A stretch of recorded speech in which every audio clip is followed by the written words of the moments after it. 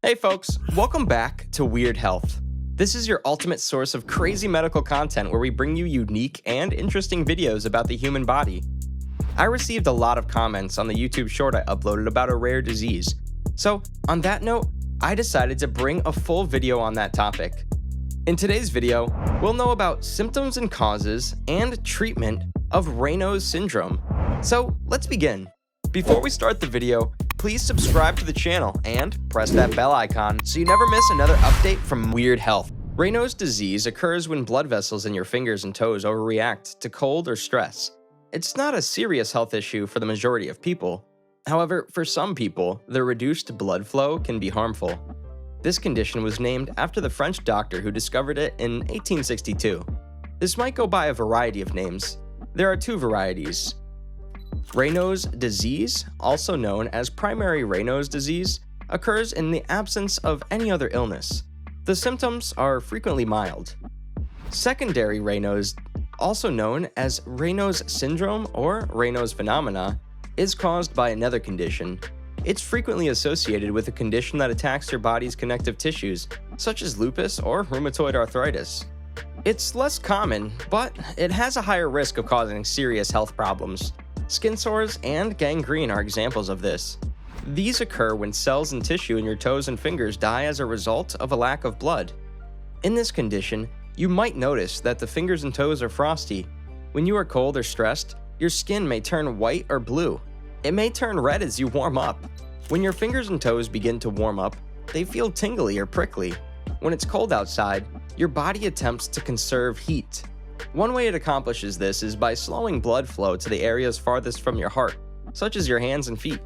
To accomplish this, the network of small arteries that carry blood to those points narrows and moves away from your skin. This is referred to as the vasomotor response. Your response is erratic if you have Raynaud's disease. Those arteries contract faster and shrink more than normal. This can cause your fingers and toes to become numb and turn white or blue. This typically lasts 15 minutes. When the arteries relax and your body warms up again, your fingers become tingly and red before returning to normal. You may have changes in the genes that control your response, but no link has been found between this and Raynaud's. Secondary Raynaud's is the same as primary Raynaud's, but it is caused by another disease. Conditions that increase your chances of getting secondary Raynaud's include diseases of the connective tissue. Raynaud's is more likely if you have scleroderma, a rare disease that causes your skin to harden and scar. Lupus, rheumatoid arthritis, and Sjogren's syndrome all increase the likelihood. The disease of the arteries. Atherosclerosis, or plaque buildup in the blood vessels that supply your heart. Buerger's disease, which causes inflammation in the blood vessels of your hands and feet. And primary pulmonary hypertension, a type of high blood pressure that affects the arteries in your lungs, are all examples of this. Carpal tunnel syndrome, CTS.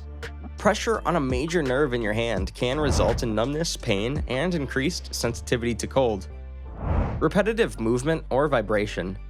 Any repetitive movement, such as typing or playing the piano, can result in an overuse injury. Vibratory tools, such as jackhammers, can also be the reason behind secondary Raynaud's. Smoking.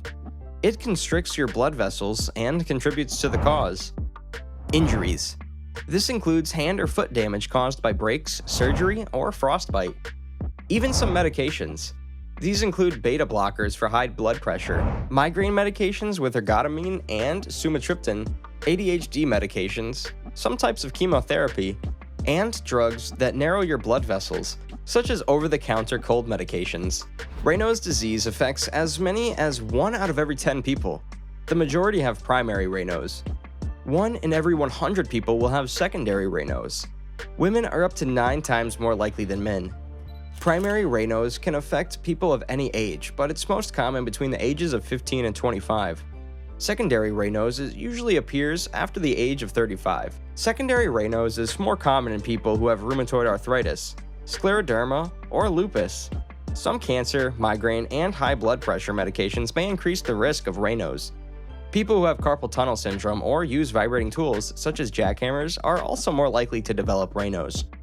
If your doctor suspects Raynaud's, they will ask you questions about your symptoms and examine your fingers and toes. They may use a dermoscope, a special magnifying glass, to examine the blood vessels around your fingernails to see if they are larger than normal or unusually shaped. If your doctor suspects that your condition is the result of another health problem, he or she may take some of your blood to be tested in a lab. This allows them to look for symptoms of an autoimmune disorder such as lupus or rheumatoid arthritis. Treatment on this will include preventing attacks or limiting the severity when they occur. Typically, this entails keeping your hands and feet warm and dry, managing stress, and getting regular exercise. Your doctor may advise you to avoid certain medications, such as over-the-counter cold medications containing pseudoephedrine. They can aggravate your symptoms by constricting your blood vessels. Your doctor may prescribe medications to control your blood pressure and relax your blood vessels if you have secondary Raynaud's. If you develop skin sores as a result, you may need to apply a cream containing one of these drugs. They are as follows: calcium channel inhibitors, like nifedipine, amlodipine, felodipine, and isradipine are a few examples. Vasodilators. These include the blood pressure medication losartan, the erectile dysfunction medication sildenafil, the antidepressant fluoxetine, and the prostaglandins class of medications. Others include nitroglycerin cream that can be applied to the base of your fingers to aid in the healing of sores. If your condition does not improve after these steps and you are at risk of serious complications, such as losing parts of your fingers or toes, your doctor may recommend surgery. These procedures involve cutting the nerves that connect to your skin's blood vessels in order to limit how much they can open and close. To block those nerves, the doctor may inject drugs into your hands and feet. These steps can also assist you in controlling your condition. Avoid smoking. Don't smoke, and avoid secondhand smoke as well. It can cause your blood vessels to constrict, lowering your skin temperature. Exercise will improve your circulation. Check with your doctor before trying an outdoor workout in cold weather if you have secondary Raynaud's. Manage stress. Keeping it in check may help reduce the number of attacks. Maintain a consistent temperature. If possible, avoid going from a cold space to a warm space. As much as possible, avoid the frozen food section of the grocery store. Dress for the weather. Layers, gloves, and heavy socks are recommended. Purchase chemical pocket glove and sock warmers. Some medications should be avoided. Decongestants containing phenylephrine, diet pills, ergotamine containing migraine medications, and the blood pressure medication clonidine can all narrow your blood vessels. When you feel an attack coming on, soak your hands or run warm water over them. Raynaud's is not fatal, but severe cases can cut off blood flow to your skin and cause tissue damage. A completely blocked artery can cause skin ulcers or dead tissue. It's uncommon, but if this happens, the doctor may have to amputate a finger or toe. That was the video, guys. Leave a like and comment to show your love and support. Don't forget to subscribe to our channel and press the bell icon to regularly receive this life-saving content. Thanks for watching.